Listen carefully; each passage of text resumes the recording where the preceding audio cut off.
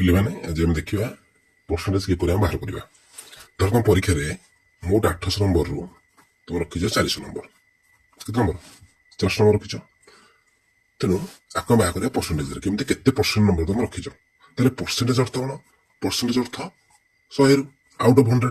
ତାହେଲେ 100ରୁ ତମେ କେତେ ନମ୍ବର ରଖିଛ? ଆମେ 800 ରଖିଲେ 400, ତାହେଲେ 100ରୁ କେତେ ରଖିବା? ତେଣୁ ସେଇଟା ଆମେ ହିସାବ କରିବା। ତାହେଲେ କଣ କରିବା ନା ଆମେ ଲେଖିବା 400 ଯେତିକି ନମ୍ବର ରଖିଛ 400 ବାଇ ମୋଟ ନମ୍ବର କେତେ 800। କଣ କରିବା ନା ତାକୁ ଗୁଣିବା 100ରେ, ଯେହେତୁ ଆମେ 100ରୁ ହିସାବ କରିବା। ତ ଦେଖ ଇ ହର କେତେ ଅଛି? 2ଟା ଶୂନ, ଇ ଲବର ଅଛି, ତାହେଲେ ଏଇ 2ଟା ଶୂନ କାଟିଦବା।